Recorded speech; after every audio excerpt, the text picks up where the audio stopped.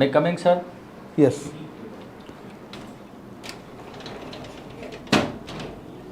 નમસ્કાર સર. નમસ્કાર સર. નમસ્કાર. બેસો. Thank you sir.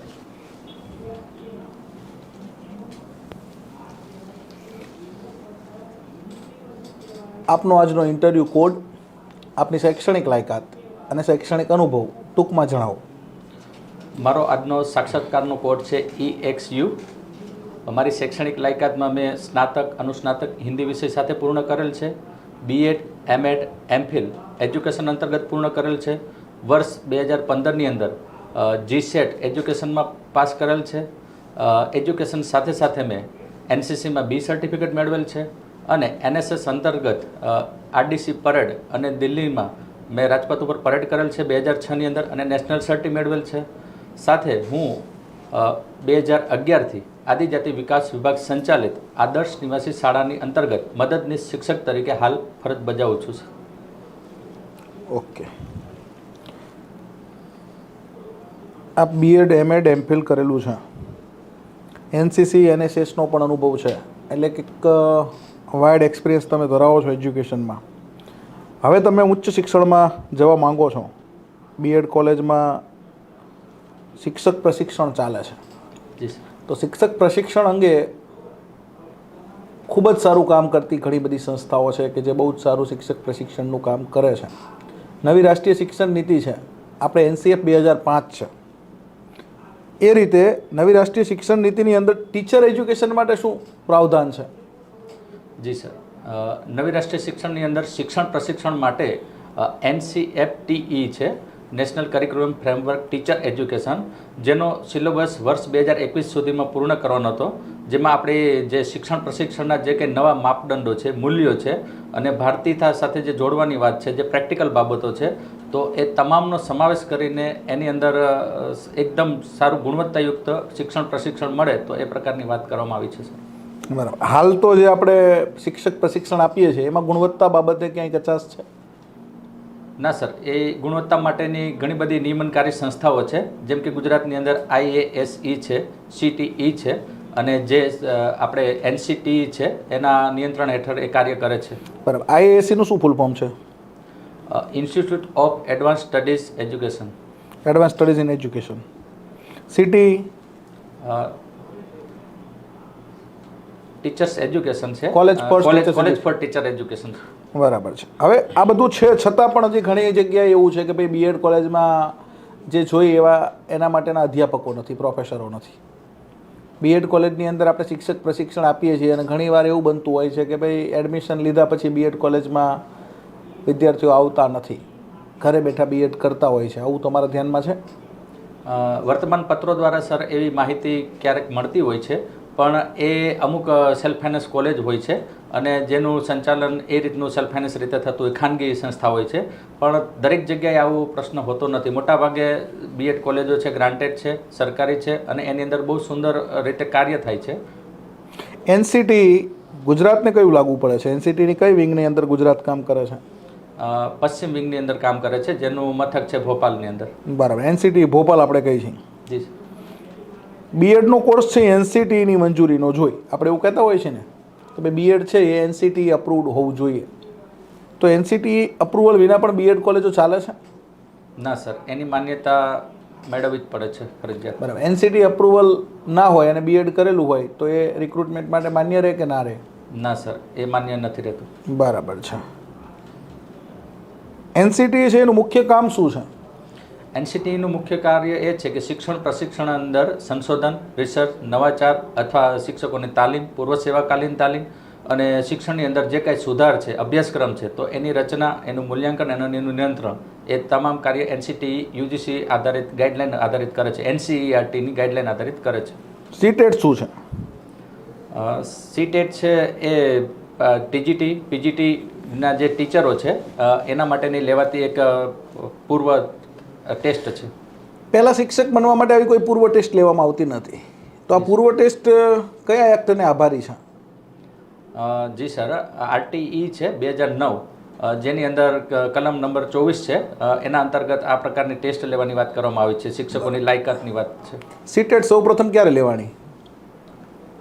Sorry sir, TET વિશે ખ્યાલ છે, સી ટેટ વિશે 2010માં આ એક્ટ અમલ થયો અને પહેલી વાર ભરતી થઈ એ પહેલાં 2011માં સી ટેટ લેવાની. જી સર. જે રીતે આપણે ટેટ લેવાની એ જ રીતે સેન્ટ્રલની અંદર સી ટેટ લેવાની. સી ટેટ અને ટેટ બંને સેમ છે. સી ટેટ છે એ કેન્દ્ર લેવલની છે, એનો જ સેમ સિલેબસ ગુજરાતની અંદર ટેટમાં છે. ત્યાં પણ એવું છે 1 to 5 ટેટ 1 બરાબર, સી ટેટમાં પણ, અને 6 to 8 તો લેંગ્વેજ, સોશિયલ સાયન્સ અને આપણે મેથ્સ સાયન્સ ગણિત વિજ્ઞાન, તો એવું સેમ છે આપણે ત્યાં સ્ટ્રક્ચર. તો આનાથી કંઈ ફેર પડ્યો છે શિક્ષણમાં? તમે બીએડ કોલેજમાં ભણાવો છો તો તમે એવું ભણાવીને નથી મોકલતા સ્ટુડન્ટને કે પછી ટેટ માટે એને કોચિંગ કરવું પડે અને ટેટ માટે એને તૈયારી કરવી પડે? ઘણા બધા વિદ્યાર્થીઓ કહેતા હોય છે કે સાહેબ અમે તો બીએડ કર્યું પણ બીએડમાં તો કોઈ આરટી આવું સમજાયું જ નહોતું.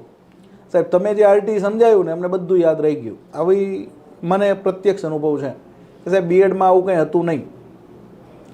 તો બીએડ લેવલે જે પ્રોફેસરો છે, આસિસ્ટન્ટ પ્રોફેસરો, એ ખરેખર એ પ્રકારનું કામ કરતા નથી કે જે એને પછી પાછળથી કોચિંગ લઈ અને તૈયાર કરવી પડે છે.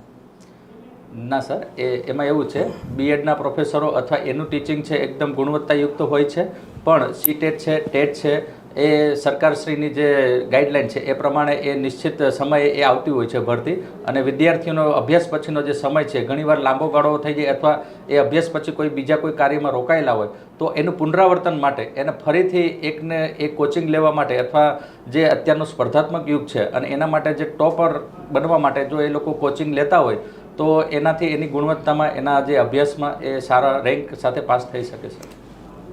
ઉચ્ચ શિક્ષણ માટે સરકારે કયા કયા પંચની રચના કરી અને એમાં શું શું ગાઈડન્સ આપવામાં આવ્યું છે?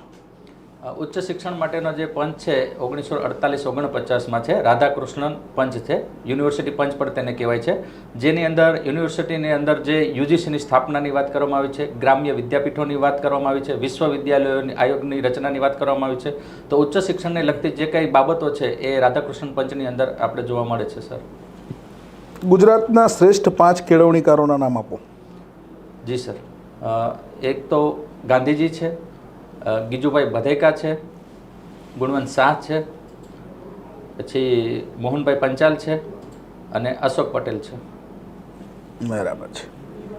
ગીજુભાઈ બધેકા વિશે શું જાણો છો?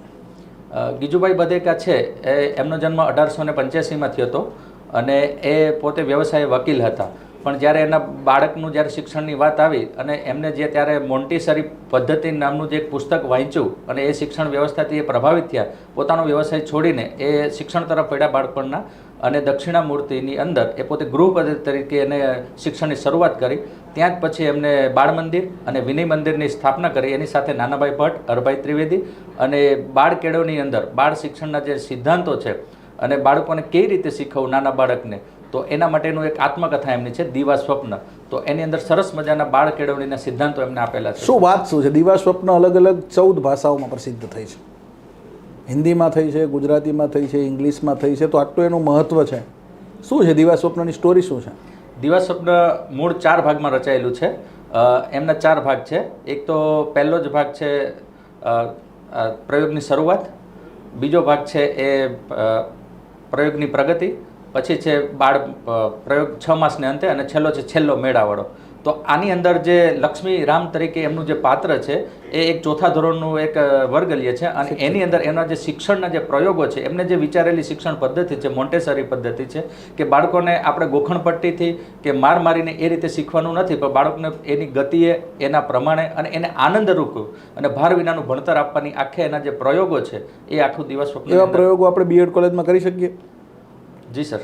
તમે પ્રશિક્ષણ આપો છો અને એ જ પ્રશિક્ષણાર્થીઓ ભવિષ્યની અંદર ભારતનું ભવિષ્ય ઘડે છે, તો એને તમે કંઈક એવું નવું આપીને મોકલો કે ભાઈ ભણતર નવું ભણાવો, બગડે એકડે 21 ને બદલે 2 10 1 ગણાવો. કંઈક એવું તમે એક્સ્ટ્રા ઓર્ડિનરી આપો કે એ ટીચર તરીકે જાય ને એટલે ક્યાંય પાછો ના પડે. પ્રશિક્ષણ સંસ્થાનું મહત્ત્વ એટલા માટે છે કે તમે ત્યાંથી જે શિક્ષકોને તૈયાર કરીને મોકલો છો ને એ શિક્ષકો ગુજરાતનું, ભારતનું ભવિષ્ય ઘડવાના છે. તો એને તમે એવા આમ તૈયાર કરીને મોકલો કે કોઈ પણ શાળામાં જાય, કોઈ પણ જિલ્લામાં જાય તો ત્યાંના શિક્ષણની અંદર એક ક્રાંતિ લાવે. શિક્ષણની અંદર ક્રાંતિ મીન્સ અત્યારે તો ડિજિટલ યુગ છે. આપણા એક ટીચર છે એને ગ્લોબલ ટીચર્સ એવોર્ડ મળ્યો છે કે એણે શિક્ષણની અંદર એવું કામ કર્યું કે વૈશ્વિક લેવલે નોંધ લેવાની એની. જાણો છો કોણ છે એ ટીચર? જી સર, મહારાષ્ટ્રના છે, સંદીપ ગુડે છે. એમને વૈશ્વિક લેવલે ગ્લોબલ આર્ટ ટીચરનો એવોર્ડ મળેલો છે. એ રણજીત ડિસાલે છે. Sorry sir, Ranjit Disale. અને આ રણજીત ડિસાલે છે એણે શું એવું કામ કર્યું હતું કે એને ગ્લોબલ ટીચર એવોર્ડ મળ્યો? એમને છે ને શિક્ષણની અંદર જે ડિજિટલાઇઝેશન છે, જે પુસ્તકો હતા અને એનર્જાઇટ કરેલા છે, અને એ પુસ્તકની વિષય વસ્તુ છે એને એક QR કોડ સિસ્ટમ આધારિત એ બાળકોને વિષય વસ્તુ ભણવું હોય તો એ પોતાની મેળે પોતાની અનુકૂળતા એ સારી રીતે ભણી શકે, અને બાળકોને દ્રશ્ય શ્રાવ્યના માધ્યમથી પણ શિક્ષણની રુચિ જગાવવાનો પ્રયત્ન કરેલો છે. શિક્ષક પ્રશિક્ષણ માટે શ્રેષ્ઠ કામ કરતી હોય ને એવી ગુજરાતની સંસ્થાઓ કઈ છે કે જેની અંદર દાખલા તરીકે એવું કહેવાય કે ભાઈ અમેરિકાનો ડોલર અને CNનો સ્કોલર ક્યારેય પાછો ના પડે? એટલે કે CN વિદ્યાલય છે ત્યાં શિક્ષક પ્રશિક્ષણની કોલેજો ચાલે છે. DLED કોલેજ છે, ATD કોલેજ છે, DBEd કોલેજ છે, BEd કોલેજ છે, ત્યાં બહુ જ સારું શિક્ષક પ્રશિક્ષણ આપવામાં આવે છે. એવી બીજી કોલેજો કઈ છે કે જે ખૂબ જ સારું શિક્ષણ પ્રશિક્ષણનું કામ કરે છે ગુજરાતમાં? ગુજરાત વિદ્યાપીઠ છે સર, અને એક સૌરાષ્ટ્રની અંદર અલિયાબાડા કરીને છે, ત્યાં પણ એનું સારું શિક્ષણ અપાય છે એ રીતનું. બરાબર. સણોસરા લોકભારતીમાં કઈ છે આવું? હા જી સર, સણોસરા લોકભારતી પણ. શું લોકભારતી વિશે શું જાણો છો? સણોસરા લોકભારતીની સ્થાપના નાનાભાઈ ભટ્ટ દ્વારા કરવામાં આવી હતી. એ સમયની જે ગાંધી વિચાર, જ્યારે ગાંધી સ્વતંત્ર આંદોલન ચાલતા હતા ત્યારે રાષ્ટ્રીય શિક્ષણની એક ચેતના જગાવવા માટે ગાંધીજીએ આહવાન કર્યું હતું, અને બુનિયાદી કેળવણી અથવા બુનિયાદી તાલીમ અને રાષ્ટ્રીય ચરિત્ર નિર્માણ થાય એવા યુવાનો તૈયાર કરવામાં આવે તો એના માટે નાનાભાઈ ભટ્ટ દ્વારા લોકભારતી સણોસરાની અંદર ઉચ્ચ શિક્ષણ માટેની એ સંસ્થા સ્થાપના કરવામાં આવી હતી. તમારે હિન્દી વિષય પદ્ધતિ ભણાવી છે, હિન્દી પદ્ધતિ શાસ્ત્ર, કે આપણે મેથડ અને કન્ટેન્ટ બંને BEdમાં ભણાવવાનું આવે છે, તો હિન્દી ભણાવવા માટેની બેસ્ટ પદ્ધતિ કઈ? સર, હિન્દી ભાષા ભણાવવા માટે જે ઘણી બધી પદ્ધતિઓ છે, જેમ કે કથન ચર્ચા પદ્ધતિ છે, વ્યાખ્યાન પદ્ધતિ છે, નાટ્યકરણ પદ્ધતિ છે, સંવાદ પદ્ધતિ છે, પછી વિષયને અનુરૂપ આપણે એમાંથી કોઈ કાવ્યગાન પદ્ધતિ છે, તો આ પ્રમાણે વિષયને અનુરૂપ આપણે એમાંથી કોઈ પણ પદ્ધતિનો સારો એવો ઉપયોગ કરીને હિન્દી ભાષા સારી રીતે ભણાવી શકાય છે. બરાબર. તમારે કોઈ પદ્ય ભણાવવું છે તો કઈ રીતે ભણાવશો? કઈ મેથડથી પદ્ય બહુ સારું ભણાવી શકાય? એને કાવ્ય ગાન કરીને સારું ભણાવી શકે છે. ગાન તો કરશે છોકરાઓ, પણ એ ગાનથી તમે કાવ્ય છે ને એનો રસાસ્વાદ માણવાનો હોય. મેઇન કાવ્ય શેના માટે રચાયા છે કે એનો રસાસ્વાદ વિદ્યાર્થીઓ માણે, તો એનો રસાસ્વાદ માટે તમે શું કરશો? એના જે શબ્દો છે, એનો જે એક એક પંક્તિની અંદર જે અર્થ રહેલો છે, તો એનું અર્થગ્રહણ એમને સારી રીતે થાય, તો અને એના જેવા જ બીજા કોઈ કાવ્ય રચાયેલા હોય એવા ઉદાહરણો હોય તો એના દ્વારા એ રસાસ્વાદ કરી શકાય. અને બાળકો પાસે જે પૂર્વ જ્ઞાન છે એને અનુરૂપ તો એ પણ એની પાસે જોડીને અનુબંધ સાધીને સારી રીતે શિક્ષણ આપી શકાય. હું જ્યારે ભણતો ને 10મા ધોરણમાં, તમારે એ વખતે મારે એક સાહેબ હતા, KU પરમાર સાહેબ. એમની જે ભણાવવાની પદ્ધતિ હતી ને એ અનબીટેબલ પદ્ધતિ હતી, કે એ જે ભણાવે ને એવું કોઈ ના ભણાવી શકે.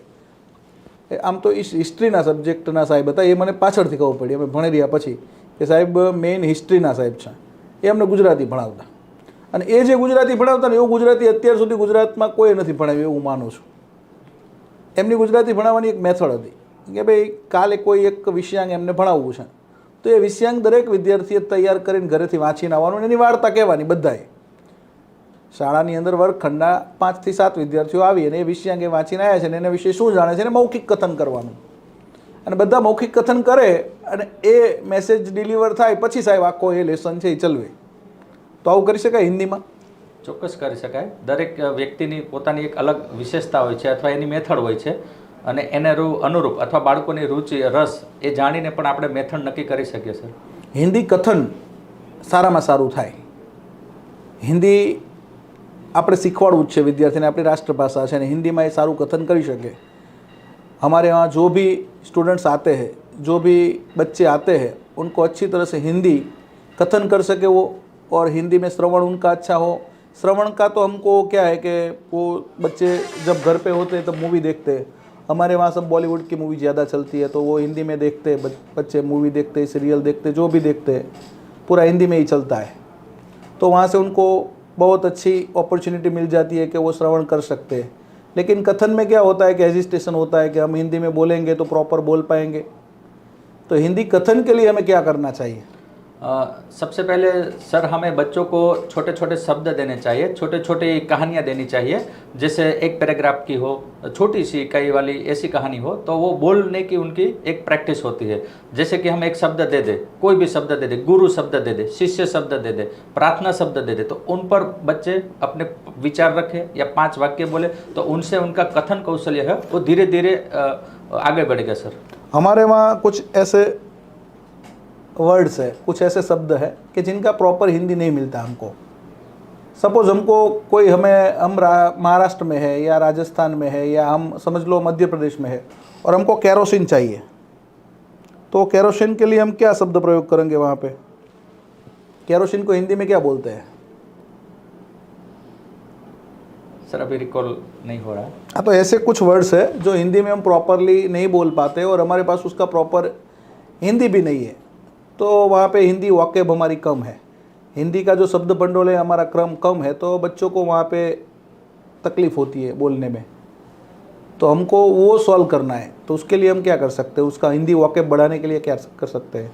तो बच्चों को ऐसे अपरिचित शब्द है उसकी हम प्रैक्टिस करवा सकते हैं, हम उसको बता सकते हैं कि ऐसे जो शब्द है वो हमारे रोज़ बरोज में, या ऐसे कोई ऐसे शब्द है जिनको हम इंग्लिश में भी बोले जाते हैं और इंग्लिश को हिंदी ने अपनी भाषा में उसके जो प्रचलित शब्द है उसको भी समाहित किया है, तो वो शब्द से भी हम बीएड कॉलेज में ऐसी कौन सी एक्टिविटी करेंगे जिनसे हिंदी की वोकेबलरी बच्चों की एनरिच हो, हिंदी वोकेबलरी उनकी समृद्ध हो?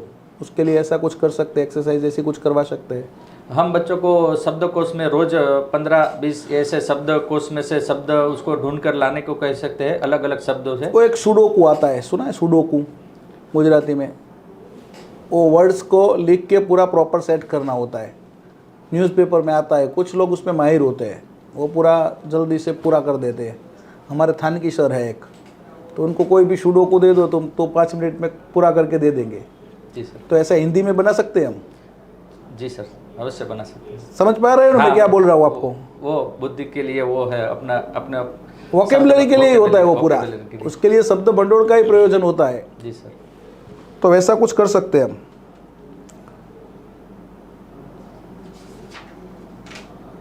हिंदी कंटेंट है, उसमें गुजराती जो व्याकरण है उससे हिंदी व्याकरण में मेन क्या फ़र्क है? सर, हिंदी व्याकरण और गुजराती व्याकरण दोनों की तात्विक भेद रेखा बहुत ही सेम है। उनकी बहुत इतनी, जैसे हिंदी में संज्ञा है तो गुजराती में भी वैसे ही संज्ञा है, विशेषण है तो विशेषण वैसे ही भी, लेकिन हिंदी में ऊपर सिरो रेखा आती है और कई जो शब्द है वो हिंदी के उनसे विपरीत है, अलग होते हैं। बाकी उसमें बहुत ज़्यादा डिफरेंट नहीं देखने को मिलता। शब्दकोशનો ક્રમ ગુજરાતીનો અને હિન્દીનો એમાં મેઇન ડિફરન્સ શું છે એક જ વાક્યમાં? સેમ જ છે સર, અનુસ્વારથી જ શરૂઆત થશે। ગુજરાતીમાં અનુસ્વારથી શરૂઆત થશે? સોરી સર, એના વિશે ચોક્કસ નથી ખ્યાલ, પણ હિન્દીમાં અનુસ્વારથી જ થશે। હિન્દીમાં થશે, ગુજરાતીમાં શબ્દકોશના ક્રમમાં અનુસ્વાર ક્યાં આવશે? સોરી સર, એના વિશે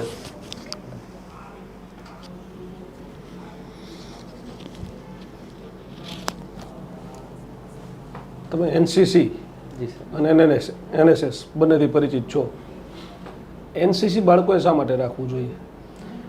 એનસીસી રાખવાથી પહેલો જ ફાયદો તો એની શારીરિક સમૃદ્ધિ છે, સ્વાસ્થ્યની સમૃદ્ધિ છે, બાળક શારીરિક રીતે મજબૂત હોય, આરોગ્ય એનું સારું રહેશે। આરોગ્ય સારું રહે, એના સિવાય બીજા કોઈ બે મેજર લાભ આપણે બતાવવા હોય તો કયા કયા હોઈ શકે છે? એનામાં નેતૃત્વ સ્કિલ એક ડેવલપ થશે, અધિકારીના એક ગુણો એનામાં ડેવલપ થશે, બીજું કે એનું જે ડિસિપ્લિન છે એમાં સુધારો થશે, અને એનસીસીના જે કંઈ કેમ્પ છે અથવા એવા એના કેમ્પ આવે છે તો એની અંદરથી એ બહારની દુનિયાથી પણ પરિચિત થશે, એટલે સર્વ સમાવેશક સમાજથી એને પણ પરિચિત છે કે બીજા રાજ્યોની અંદર પણ જવાનું થાય તો ત્યાં રાજ્યોની સંસ્કૃતિ આ તે બધું શીખવા મળશે, અને એની અંદર એક મોટો ફાયદો હોય તો એક આત્મવિશ્વાસનો વધારો થશે, ડિસિપ્લિન થાય અને કોન્ફિડન્ટ થાય એવો એનો લાભ થાય એનસીસીથી। એનએસએસથી શું લાભ થાય? એનએસએસ એક નેશનલ સર્વિસ સ્કીમ છે, રાષ્ટ્રીય સેવા યોજના। એનાથી બાળકોને સમાજ સાથે એક જોડી શકાય છે।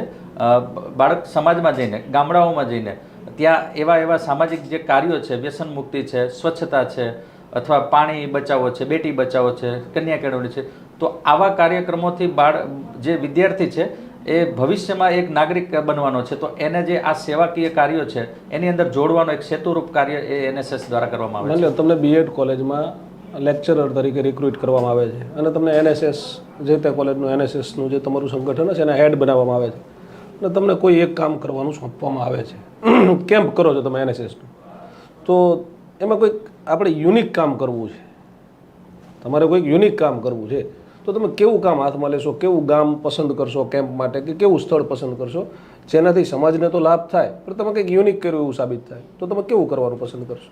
જી સર, હું એમાં મારે જો કોઈ ગામ પસંદ કરવાનું થાય તો હું એક અંતરિયાળ વિસ્તારનું અથવા ગ્રામીણ ક્ષેત્ર પસંદ કરીશ. શા માટે? કે જ્યાં અવેરનેસ, જનરલ અવેરનેસ ના હોય અને મારે ત્યાં જઈને મારા વિદ્યાર્થીઓ દ્વારા અને એમને પણ એ ગામથી પરિચિત કરવા માટે કે ભાઈ આપણા સમાજની અંદર આ લોકો પણ આપણી સાથે જ છે ને એને મુખ્ય પ્રવાહમાં આપણે લાવવાના છે, તો ત્યાં જઈને એ લોકોને પણ જાગૃતિ માટેના કાર્યક્રમો, કાર્યક્રમ કેવા કરશો? આપણે કાર્યક્રમ ઉપર જ જવું છે. તમે માની લો કે અંતરિયાળ ગામ પસંદ કર્યું, ગામનું નામ XYZ છે, ત્યાં આપણો કેમ્પ છે, કેટલા દિવસનો કેમ્પ કરીશું આપણે? એમાં 7 દિવસનો 7 દિવસનો કેમ્પ છે, તો એમાં કયા કયા કાર્યો કરીશું આપણે એ ગામમાં?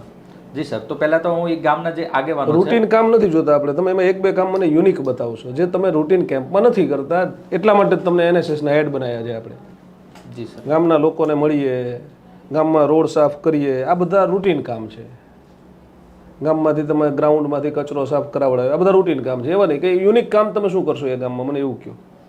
જી સર, તો ત્યાં હું ટેકનોલોજીનું જે મહત્ત્વ છે વર્તમાન સમયની અંદર, તો ટેકનોલોજી વિશે એને જાગૃતિ લાવવાના, એને ત્યાંના જે યુવાનો છે તો એના માટે એને હું એ માટે એને એમાં આપણે શું કરશું? ટેકનોલોજીની જાગૃતિ એમને આપણે કરાવડાવી છે, તમે એમાં શું કામ કરશો તો એમનામાં ટેકનોલોજીકલ નોલેજ વધશે? દાખલા તરીકે અત્યારે ગ્રામીણ ક્ષેત્રની અંદર ઘણા બધા એવા યુવાનો છે જે મોબાઈલ વાપરે તો છે પણ એની અંદર એ પોતાના જે કહેવાય ને જે નિરર્થક વિડીયો છે, નિરર્થક અમુક જે ના જોવાની જેવી બાબતો જોતા હોય, તો એના જગ્યાએ એને હું એવી પ્રેરણા, એવા ઉદાહરણ આપીશ કે જો યુટ્યુબનું માધ્યમથી તમે IS, IPS અથવા GPSC એક્ઝામ જેવી પણ પાસ કરી શકો, તો એની અંદર આટલે આ પ્રકારના ક્લાસ ચાલે છે, આ પ્રકારનું ફ્રીમાં પણ વિડીયો જોવા મળે છે અને ગૂગલ મીટ છે, વિકીપીડિયા છે, તો આની અંદર તમે તમામ પ્રકારની જે માહિતી છે ઘરે બેઠા તમે તૈયાર કરી શકો. આ એક પ્રકારની એક. ઓકે, અને એ ગામના ખેડૂતોને શું લાભ થશે ટેકનોલોજીથી, એમને શું સમજાવશો? ટેકનોલોજીની અંદર પણ આપણે ભારત સરકારે એની જે અમુક એવી એપ છે અથવા એવી જે યુટ્યુબ ચેનલો ચાલે છે જેમાં સજીવ ખેતી છે, ઓર્ગેનિક ખેતી છે અથવા ખેતીની અંદર કેવી પ્રકારનો એ ડેવલપ કરી શકે, તો એવી ઘણી બધી એપ્લિકેશનો અથવા યુટ્યુબ ઉપર ચેનલો ચાલે છે. તો એ ગામડાના લોકોને ભલે એને લખતા કે વાંચતા ન આવડતું પણ યુટ્યુબ ઉપર એ બોલીને પણ એ જે પ્રકારનું માગશે વિષય વસ્તુ, તો એનું એ નિરૂપણ સરસ થશે અને એમને ત્યાં પણ એ ફાયદો થશે ગામડામાં પણ. એ લોકો સર્ચ કરીને એવું જોઈ શકે એવી માહિતી આપશો તમે. તમારી કોલેજમાં તમને માની લો કે બીએડમાં અધ્યાપક તરીકે રિક્રુટ કર્યા છે, લેક્ચરર છો તમે, 4-5 બાળકો એવા છે જે કોલેજનું વાતાવરણ બગાડે છે, એન કેન પ્રકારે એમને અમુક પ્રકારના દૂષણોનો ભોગ બનેલા છે, તો એને તમે ટેકલ કેવી રીતે કરશો? જી સર, દરેક બાળકની એક વિશેષતા હોય છે અને એ બાળકોમાં પણ હું એ પ્રકારની એ વિશેષતાઓ શોધવાનો પ્રયત્ન કરીશ કે એની અંદર શું છે, આક્રમકતા છે કે બીજી કોઈ પ્રકારની જે એ વિશેષતા છે એને હું ઉદ્ધવીકરણ કરવાનો પ્રયત્ન કરીશ અથવા એને ટીમ લીડર બનાવીશ, મોનિટર બનાવીશ અથવા કોઈ રમત-ગમત છે, કોઈ 2 બાળક એવા છે સાહેબ, એ રોજ દારૂ પીને આવે છે તમારી કોલેજમાં અને અસભ્ય વર્તન કરે છે વિદ્યાર્થીઓ સાથે, પ્રોફેસરો સાથે એને ક્યારે અસભ્ય વર્તન નથી કર્યું, તમારી પાસે આ માહિતી આવે છે, તો તમે શું કરશો? સર, દારૂ પીવું એ આપણા ગુજરાતમાં દારૂબંધી છે, બિલકુલ દારૂબંધી છે, પણ આ દારૂ પીને આયા છે પણ સાહેબ, તો તમે શું કરશો? દારૂ પીને આવ્યા છે તો સર એના માટે તો બીજો કોઈ ઓપ્શન નથી, કારણ કે મારા જે આચાર્ય છે એમને હું જાણ કરીશ ને એમના ઉપર જે કંઈ કાયદાકીય જે પગલાં લેવા જોઈએ એ. તમે જ ઇન્ચાર્જ છો, ઇન્ચાર્જ આચાર્ય તમે જ છો, તમારે કોઈ જાણ કરવાની નથી. જો પહેલી વખત જો બાળકો આવ્યા હોય તો એને સ્ટ્રિક્ટ હું એને સૂચના આપી દઈશ કે એને રસ્ટિકેટ કરવાનું પણ, LC આપવાનું પણ એમને કહી દઈશ અને જો છતાંય એ આવું બને તો એમને પછી પોલીસને જાણ કરીને એમને આગળ કાર્યવાહી જે થશે. ઓકે, આપણે તો અપેક્ષા એવી જ રાખવી કે સાહેબ તમારા જેવા સારા લેક્ચરર હોય, અધ્યાપક હોય, એ કોલેજમાં આવું દૂષણ લગભગ આવે, તમે એવા બાળકો જ પસંદ કર્યા અથવા તો તમારા બાળકો છે એવા થઈ જવા જોઈએ. અપેક્ષા તમારી પાસેથી તો આવી જ રાખી શકાય. શિક્ષણ સુધાર, તમે અત્યારે ક્યાં કામ કરો છો, કયા ફિલ્ડમાં કામ કરો છો? હું માધ્યમિક વિભાગમાં કામ કરું છું. માધ્યમિક વિભાગમાં. સ્કૂલનું નામ? આદર્શ નિવાસી શાળા. આદર્શ નિવાસી શાળા. આદર્શ નિવાસી શાળા એવું નામ શા માટે રાખવામાં આવ્યું છે? કારણ કે એક રોલ મોડલ છે, આદર્શ છે અને ત્યાં નિવાસી શા માટે નામ રાખ્યું છે? નિવાસી એટલે કે બાળકો ત્યાં રહીને ત્યાં ભોજન પછી ત્યાં રહેવાનું અને શિક્ષણ એમ નથી, ત્રણેય કોઈ બ્રાહ્મણનો દીકરો છે તો એને આદર્શ નિવાસી શાળામાં એડમિશન મળે છે કે નથી મળતું? એના માટે અમુક સીટ રિઝર્વ હોય છે. એ પ્રકારની એને ક્રાઇટેરિયા છે કે આટલા ટકા છે સીટ એ એસટી છે, પછી ઓબીસી છે, અને પછી બીજી આર્થિક જે ઈડબ્લ્યુએસ છે એમના માટે એ રિઝર્વ છે. એટલે કોઈ ઓપન કેટેગરીનો હોય તો એને ત્યાં નિવાસી શાળામાં એડમિશન નથી મળતું, એવું થાય ને? પણ જો એની આર્થિક આવક ઓછી હોય, 8 લાખથી ઓછી, તો કદાચ એમને એટલે ઈડબ્લ્યુએસમાં નથી આવતા, તો નથી મળતું. એટલે તો એ લોકોને ત્યાં આદર્શ નિવાસીમાં આપના બાળકો સાથે નિવાસ કરવા નથી મળતો. હા. એસટી એટલે શું? કઈ જાતિને એસટી કહેવાય? એસટી એટલે શિડ્યુલ ટ્રાઇબ, જે બંધારણની અંદર 342 ની અંદર જે જાતિને અનુસૂચિત જાતિ કહેવામાં આવે છે એને એસટી ટ્રાઇબ શિડ્યુલ. અનુસૂચિત એટલે તો અનુસૂચિ એટલે શેડ્યુલ થાય, અને અનુસૂચિત એટલે શેડ્યુલ્ડ, હા, શિડ્યુલ અને કાસ્ટ એટલે જાતિ. જાતિ. તો એ એસસી થઈ, અને શેડ્યુલ ટ્રાઇબ એટલે એ તો શું થયું કે અનુસૂચિત જનજાતિ. ના, જનજાતિ. પણ જનજાતિની વ્યાખ્યા શું? અનુસૂચિત તો સમજાય, એ તો બંધારણનો શબ્દ છે. અનુસૂચિત શબ્દ છે એને આમ કઈ લેવા દેવા નથી, તો આપણે બોલીએ છીએ અનુસૂચિત જાતિ ને જનજાતિ. અનુસૂચિત મતલબ કે અનુસૂચિમાં આવી છે એવી, અને જાતિ એટલે કાસ્ટ છે, અને જનજાતિ એટલે ટ્રાઇબ છે. તો જનજાતિ એટલે શું? જનજાતિ એટલે એવી જાતિ કે જે જંગલો, પહાડો, નદીઓ અથવા જે ભૌગોલિક રીતે એવા સ્થાનોમાં, વિશેષ સ્થાનોમાં જે રહે છે, અને જેને હજી પણ સામાજિક, ભૌતિક અથવા જે કાંઈ મુખ્ય પ્રવાહ સાથે છે એની સાથે જોડાઈ નથી, એવી જાતિ એને આપણે જનજાતિ અથવા શિડ્યુલ ટ્રાઇબ આપણે કહી શકીએ છીએ. એટલે માની લો કે અમારું ગામ છે, અમારા ગામમાં તળાવ છે, તળાવની પહેલે પર એક ટેકરી છે, એ ટેકરી ઉપર 5 કુટુંબ રહે છે, તો એને એસટી કહેવાય કે ના કહેવાય? સર, ના કહેવાય. ન કહેવાય તો કોને કહેવાય? એ તો અલગ જ રહે છે. તમે કીધું જુદા રહે છે, તેને આપણે જુદા જ રાખ્યા છે. 5 જ કુટુંબ રહે છે. પણ જે વિશેષ છાત્રોમાં અથવા એને જે જનજાતિ ક્ષેત્ર વિસ્તાર તરીકે જે આપણા તો સાહેબ જ્યાં જનજાતિ રહેતી હોય ને એને જનજાતિ વિસ્તાર કહેવાય. વિસ્તાર તો પછી બને, પહેલા જનજાતિ બની હોય. બરાબર. જનજાતિની ડેફિનેશન બંધારણમાં શું આપી છે? અનુસૂચિત જનજાતિ કહેવાય કોને? સોરી સર, એના વિશે વધારે માહિતી નથી. અનુસૂચિત જાતિ કોને કહેવાય છે? અનુસૂચિત જાતિ એટલે જે આપણા શહેરોમાં રહેતી હોય, પણ જેને પહેલા જે આપણા બંધારણની અંદર ગામડામાં રહેતી હોય તો નહીં આવે? ના, એટલે ગામડામાં રહેતી હોય પણ જે સામાજિક જનજીવન છે એની અંદર એમને જે પહેલાં જે આપણા પહેલાંના પ્રાચીન સમયથી જેને છૂઆછૂતનું જે હતું, અસ્પૃશ્યતાનું હતું, અને એ પ્રકારનું એને શોષણ થયું હતું, એવી જાતિ કે જે અત્યારે જે અનુસૂચિ આપણે બંધારણની કલમ નંબર 17ની અંદર જે બતાવવામાં આવી છે, તો એ આપણે કલમ નંબર 17માં શું બતાવવામાં આવ્યું છે? અસ્પૃશ્યતાનો નિષેધ કરવામાં આવ્યો છે. સોરી સર, 341 બંધારણની કલમ. 341 માં ડેફિનેશન આપી છે. Definition those who were treated as untouchables before independence, not now. આઝાદ થયા એના પહેલા જેની સાથે છૂત અછૂત તરીકે વ્યવહાર કરવામાં આવતો, તો એ બધી કાસ્ટને આ કેટેગરીનો લાભ આપવો જોઈએ. અને સામાન્ય રીતે હિન્દુ રિલિજિયનની અંદર આ વસ્તુ વધારે જોવા મળતી હતી. કોઈ ક્રિશ્ચિયન હોય તો ક્યારેય એને એસસીનો ક્રાઇટેરિયા મળતો હોતો નથી, કારણ કે એમાં છૂત અછૂત જેવું કંઈ હોતું નથી. આદિજાતિના બાળકો જે તમારી શાળામાં આવે છે, એમાં બધા જરૂરિયાતમંદ જ આવે છે કે પછી જેને જરૂર ના હોય એ બધા લાભ લેતા હોય એવું જોવા મળે છે તમને? ના સર, મોટા ભાગના છે એ બાળકો જરૂરિયાતમંદ જ હોય છે, કારણ કે જેમને ઘરે આર્થિક સ્થિતિ અથવા એના માતા પિતાની વાલીની આવક એટલી નથી હોતી કે જે બાળકનું જે શિક્ષણ એ પૂરું કરી શકે, તો એવા બાળકો વિશેષ પ્રમાણમાં જોવા મળે છે. સિલેક્શન ક્રાઇટેરિયા શું હોય છે? એના માટે સર મેરિટ સિસ્ટમ છે કે જે બાળકોને 8મા ધોરણમાં સારા મેરિટ ઉપર હોય, સારી ટકા એન્ટ્રન્સ એક્ઝામ નથી લેતા, ખાલી રિઝલ્ટનું મેરિટ જોવામાં આવે છે. હોય છે. બાળકોને શા માટે આદર્શ નિવાસી શાળામાં એડમિશન લેવું જોઈએ? નિયમિત શાળા કરતાં આદર્શ નિવાસી શાળામાં શા માટે એડમિશન લેવું જોઈએ? કારણ કે એવા બાળકો ત્યાં અભ્યાસ પૂર્ણ કરી શકે કે જે સામાન્ય રીતે જે ઘરે રહીને બાળકો જે અભ્યાસ કરવો હોય તો ઘરે એના માતા પિતાનું જે છે રહેઠાણ એ સમયાંતરે સ્થળાંતર કરતા હોય, મજૂરી અર્થે, માઇગ્રેશન અર્થે, તો અહીંયા જે બાળકો ભણે છે એનું શિક્ષણ છે એ માધ્યમિક શિક્ષણ 9 થી લઈને 12 સુધીનું એક જ જગ્યાએ અને વિના ખર્ચે રહેવા, જમવા અને સ્ટેશનરીમાંની તમામ સુવિધા એ જગ્યાએ એક જગ્યાએ પૂર્ણ થાય છે. એટલે આદર્શ નિવાસી શાળામાં એમને એડમિશન લેવું જોઈએ. સપોઝ તમને કોલેજની અંદર લેક્ચરર તરીકે જોબ આપવામાં આવી અને તમારે પહેલો લેક્ચર લેવાનો છે, very first lecture, your very first day in BEd college, તમારે વેરી ફર્સ્ટ લેક્ચર લેવાનો છે. What would you like to teach? તમે શું ભણાવશો? કોઈ બંધન નથી, તમને જે ગમે ભણાવવાની છૂટી છે, તો તમે શું ભણાવશો? સર, પહેલા જ દિવસે તો વિદ્યાર્થીઓ સાથે કનેક્ટ થવાનો પ્રયત્ન કરીશ. ઇન્ટ્રોડક્શન શું કરશો? ઇન્ટ્રોડક્શન પછી શું કરશો? ઇન્ટ્રોડક્શનમાં 10, 20, 30 મિનિટની પ્રોસેસ છે. તો સૌથી પહેલાં હું વિદ્યાર્થીઓની જે વિશેષતા છે, રુચિ છે, અથવા એની અંદર વિદ્યાર્થીઓની અંદર શું સ્કિલો છે, તો એ જાણવાનો વધારે પ્રયત્ન કરીશ. તમને ઘણું બધું મળ્યું, વિદ્યાર્થીઓને તમે શું આપશો? વિદ્યાર્થીઓને હું મારા પહેલા લેક્ચરમાં તમે વિદ્યાર્થીઓને તમે શું આપશો? વિદ્યાર્થીઓને કોઈ એવા ઉદાહરણો અથવા એવી સ્ટોરી અથવા જેનાથી એ પોતે, કઈ સ્ટોરી આપણે સ્ટોરી સાંભળવી છે?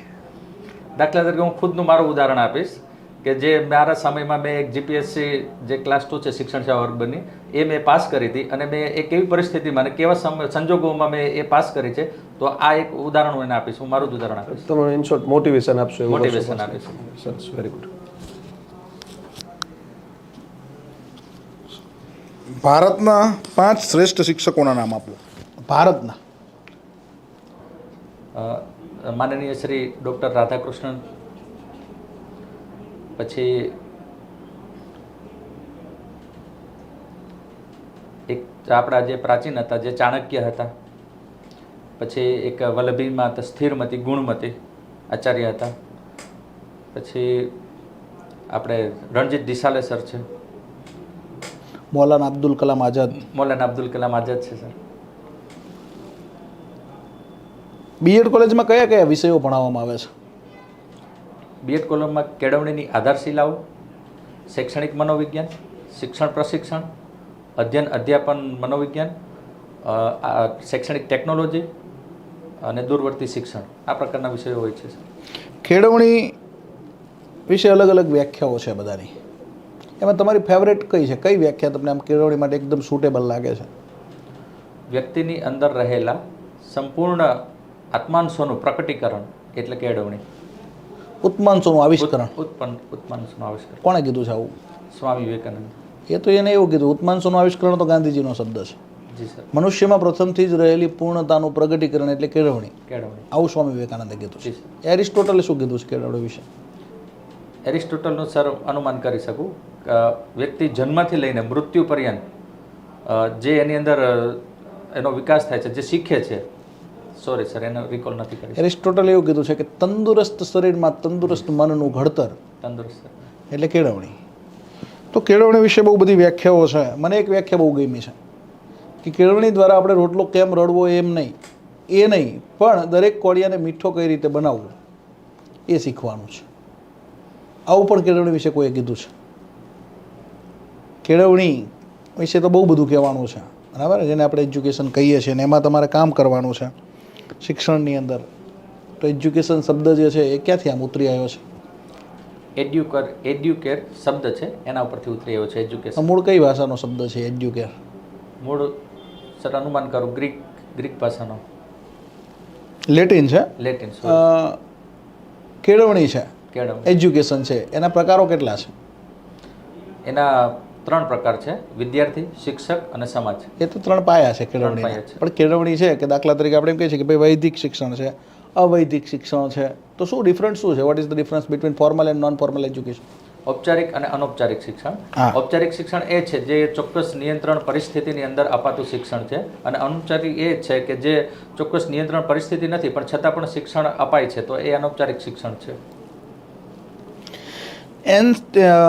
નવી રાષ્ટ્રીય શિક્ષણ નીતિ નેશનલ એજ્યુકેશન પોલિસી 2020માં જનચેતના કેન્દ્ર શું છે? શ્રી સર, જનચેતના કેન્દ્ર એવા છે કે દરેક ગામની અંદર જે એક જનચેતના કેન્દ્ર, જે એક સ્કૂલ છે અથવા કોઈ એવું બિલ્ડિંગ છે જે સરકારશ્રી દ્વારા ચાલતું હોય, એની અંદર એવા કેન્દ્રો ચાલવા. કઈ જગ્યાએ આ જનચેતના કેન્દ્ર ખોલવામાં આવશે? એ ગામની અંદર જે મુખ્ય જગ્યા દરેક હોય ગામમાં છે, ખોલશે કે પછી? એટલે કોઈ ગામમાં જગ્યા નહીં હોય તો આજુબાજુના ગામમાં જે સ્કૂલ છે અથવા એવી કોઈ સરકારી બિલ્ડિંગ છે એની અંદર આ જનચેતના કેન્દ્ર દ્વારા. જે શાળાઓ બંધ થઈ જાય છે, જે શાળામાં સંખ્યા નથી, ત્યાં શું કરશે સરકાર? નવી રાષ્ટ્રીય શિક્ષણ નીતિમાં એવી ગાઈડલાઈન આપી છે કે કોઈ શાળા મર્જ થાય છે, કોઈ શાળા બંધ થઈ જાય છે, તો એ શાળાનું બિલ્ડિંગ પછી શું કરવાનું? એ જનચેતના કેન્દ્ર તરીકે એને કરવામાં આવશે. અને ભાષા શિક્ષણ માટે સરકાર નવી રાષ્ટ્રીય શિક્ષણ નીતિમાં બહુ જ મહત્ત્વની બાબત વિચારી છે. શું વિચાર્યું છે? ભાષા શિક્ષણ માટે કંઈ ઓર્ગેનાઇઝેશન બનાવશે? જી સર, ભાષા આયોગની રચના કરશે અને ભાષાની જે આપણી પ્રાચીન જે ભાષાઓ હતી, સંસ્કૃત છે, પાલી છે, પ્રાકૃત છે, તો એના માટે પણ NRFની એક રચના કરવામાં આવી છે, નેશનલ રિસર્ચ ફાઉન્ડેશન. અને આપણી ભારતીય ભાષાઓ છે અને આપણી જે સંસ્કૃતિની જે લુપ્ત થતી જે ભાષાઓ છે એના ઉત્થાન માટેના પણ પ્રયત્નો કરવામાં આવશે. એના જે જાણકાર લોકો છે એને પ્રોત્સાહન પુરસ્કાર પણ આપીને પણ એ ભાષાને જીવંત રાખવાનો પ્રયત્ન કરવામાં આવશે. બંધારણની કઈ અનુસૂચિની અંદર આપણે ભારતની માન્ય ભાષાઓ છે એનો ઉલ્લેખ છે? બંધારણની 8મી અનુસૂચિમાં છે. કેટલી ભાષાઓ આપણે માન્ય આપી છે 8મી અનુસૂચિમાં? 22 ભાષાઓ છે એને માન્ય આપણે આપી છે. બરાબર છે. હવે આપણી જે હિન્દી છે હિન્દી ભાષાના પ્રચાર પ્રસાર, હિન્દી ભાષાના સંવર્ધન માટે સરકાર પ્રયત્ન કરે છે, પણ દક્ષિણ ગુજરાતમાં હજી હિન્દી એટલી બધી ફેમસ થઈ નથી. ગુજરાતમાં પણ હજી એટલું બધું હિન્દી બોલાતું નથી.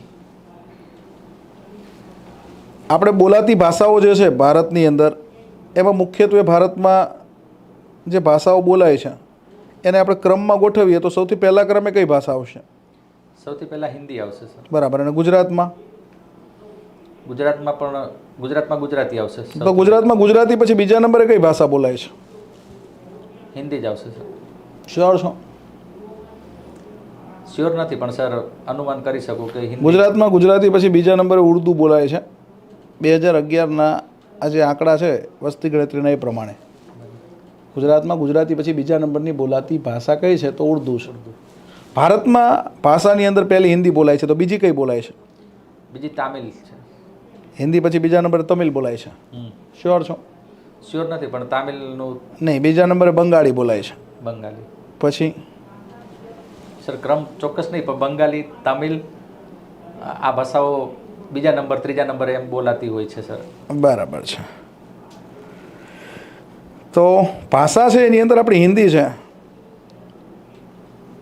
હિન્દી ભાષાની અંદર મહત્ત્વનું પ્રદાન આપેલા એવા 5 વ્યક્તિઓના નામ આપો કે જેણે હિન્દી ભાષા સંવર્ધન, હિન્દી ભાષા સમૃદ્ધિ, હિન્દી ભાષા જતન માટે પ્રયત્ન કરતા હોય એવી સંસ્થાઓ છે, એના નામ આપો. એવા વ્યક્તિઓના નામ આપો કે જેણે હિન્દી ભાષા માટે પ્રયત્નો કર્યા છે ને અત્યારે ચાલુ છે.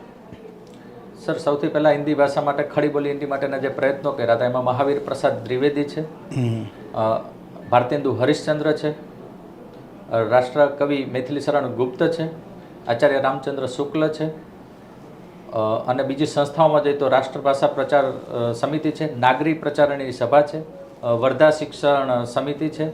તો આવી બધી સંસ્થાઓના કારણે હિન્દી ભાષાના પ્રચાર પ્રસાર માટે ખૂબ જ યોગદાન એમનું રહ્યું છે. ગુજરાત સરકાર તરફથી ભાષા માટે કોઈ સંસ્થા ચાલે છે કે જે ભાષા સંવર્ધન, ભાષા વિકાસ, ભાષાની અંદર સંશોધન માટે પ્રયત્ન કરતી હોય? ગુજરાત સરકાર ભાષા નિયામકની કચેરી છે. એ શું કામ કરે ભાષા નિયામકની કચેરી? એ આ જે બધી ભાષાઓ છે એના માટેના સંવર્ધન માટેના એના જે કંઈ પુરસ્કારો છે અથવા એનામાં જે લેખકો લખે છે અથવા જે ભાષાના અનુવાદ કરવાના છે, અનુવાદ છે, તો એ તમામ પ્રકારનું ભાષાને લગતું કાર્ય છે ભાષા નિયામકની કચેરી દ્વારા થતું હોય છે સર. અને ચોક્કસ સર શ્યોર નથી એમાં. અનુવાદકની ભરતી થતી હોય છે? હા, ભાષાંતરકાર તરીકે ભરતી થાય છે. ઇંગ્લિશમાંથી હિન્દી કરી ટ્રાન્સલેટ કરી શકે, હિન્દીમાંથી ઇંગ્લિશ ટ્રાન્સલેટ કરી શકે. આપણી કોર્ટની ભાષા કઈ છે? કોર્ટમાં મુખ્યત્વે અંગ્રેજીનો પ્રયોગ થાય છે સર. તો કોર્ટમાં તો ખરેખર રિજનલ લેંગ્વેજ ના હોવી જોઈએ. જે લોકોને અન્યાય થયો છે ને એ લોકો બહુ જ રિજનલ છે એકદમ, એ લોકોને તો કોઈ ઇંગ્લિશનો તો ખ્યાલ જ નથી, હિન્દી પણ નથી આવડતી, અને હવે એ લોકોને ન્યાય મેળવવાનો છે, તો એ લોકોને તો કેમ ખ્યાલ આવશે કે ભાઈ ઇંગ્લિશમાં શું આર્ગ્યુમેન્ટ થઈ? તમારા વતીથી જે લોયર આર્ગ્યુમેન્ટ કરે છે એને શું આર્ગ્યુમેન્ટ કરી એને ખબર જ નહીં પડે ને. જી સર, એના માટેની એક મુહિમ શરૂ છે અત્યારે કે દરેક રાજ્યની ભાષા છે, એક મુખ્ય ભાષા છે ઇંગ્લિશ, અને એની જે રાજ્યની ભાષા છે અથવા રાષ્ટ્રભાષા છે એનો પણ એ પ્રયોગ કરી શકશે એવી એક પ્રકારની મુહિમ ચાલે છે. પણ આપણા બંધારણમાં અથવા આપણે જે 1965માં જે નક્કી થયું હતું ત્યારે એવું થયું હતું કે કોર્ટની અથવા બીજી કઈ લેંગ્વેજ છે, સરકારી લેંગ્વેજ. કયા આર્ટિકલમાં એવું નક્કી થયું કોર્ટની ભાષા ઇંગ્લિશ રહેશે? આર્ટિકલ ચોક્કસ સર નામ યાદ નથી, પણ હિન્દી રાષ્ટ્રભાષા છે એવું બંધારણનો કયો આર્ટિકલ કહે છે કે હિન્દી આપણી રાષ્ટ્રભાષા છે? સર રાષ્ટ્રભાષા છે એવું નહીં, પણ રાજભાષા છે એવું 343 નંબરની જે કલમ છે એને અંતર્ગત ઉલ્લેખ કરેલ છે. આર્ટિકલ 343. ઇંગ્લિશ ભાષાનો કોઈ ઉલ્લેખ છે બંધારણની અંદર કે ભાઈ ઇંગ્લિશ પણ આપણે બોલવી જોઈએ, ઇંગ્લિશને આપણે સ્વીકારવી જોઈએ એવું? સોરી સર, એના વિશે ખ્યાલ નથી. ભાષા શિક્ષણ માટેના બેઝિક 4 કૌશલ્ય છે, કયા છે? શ્રવણ, કથન, વાંચન અને લેખન. બરાબર. એમાં આપણે કયા કૌશલ્યની અંદર ખરેખર પાછા પડીએ છીએ? કયા કૌશલ્યની અંદર બાળકોમાં કચાશ જોવા મળે છે? સર એ કથન, આ લેખન, કથન, વાંચન કૌશલ્ય છે, જો એને બાળકોને પાયાથી જો સારી રીતે શીખવામાં આવે તો લગભગ મારી દ્રષ્ટિએ કોઈ કથન એવું નથી કે એમાં બાળક કાચા રહે. અને અત્યારની જે રાષ્ટ્રીય શિક્ષણ નીતિ છે સૌથી વધારે FLN ઉપર ધ્યાન કેન્દ્રિત કર્યું છે, વાંચન, લેખન ને ગણન. તો એ દ્રષ્ટિએ કદાચ કચાશ હશે તો પણ હવે એ કચાશ હવે આપણને ભવિષ્યમાં નહીં જોવા મળે. ઉચ્ચ શિક્ષણની અંદર 50% એનરોલમેન્ટ રેશિયો આપણે મેળવવો છે. આવું લક્ષ્ય આપણે કયા વર્ષની અંદર રાખ્યું છે? એનઈપી 2020 એવું કહે છે કે ભાઈ હાયર એજ્યુકેશનમાં આપણે 50% એનરોલમેન્ટ કરી લઈશું આ વર્ષ સુધીમાં. કયા વર્ષ સુધીમાં આપણે 50% એનરોલમેન્ટ કરી લઈશું? 2035 સુધીમાં. 2035 સુધીમાં આપણે 50%. તો આપણે 50% તો ઓછું ના કહેવાય. લોકો 12th સુધી સ્ટડી કરીને પછી શિક્ષણ મૂકી દે છે, એવું થયું ને એનો મિનિંગ? તો વર્તમાન સમયમાં સર આ રેશિયો છે 26%નો છે અને ભવિષ્યમાં આ રેશિયો આપણે 50% સુધી લઈ જવાનો છે અને આગળ જતાં આને આપણે 100% પણ પૂર્ણ કરીશું.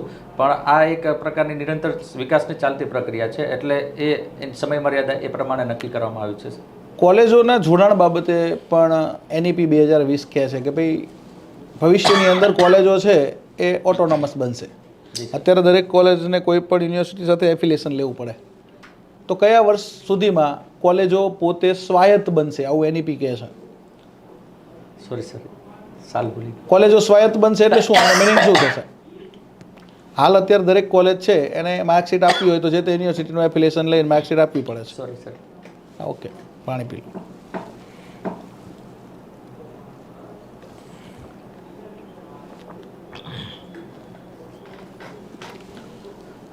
હાલ દરેક કોલેજને કેવું છે, કોઈ પણ એક યુનિવર્સિટી સાથે જોડાણ કરવું પડે, એફિલિએશન લેવું પડે અને પછી એ લોકો અલગ અલગ કોર્સની અંદર યુનિવર્સિટીમાં એનરોલ કરે સ્ટુડન્ટ.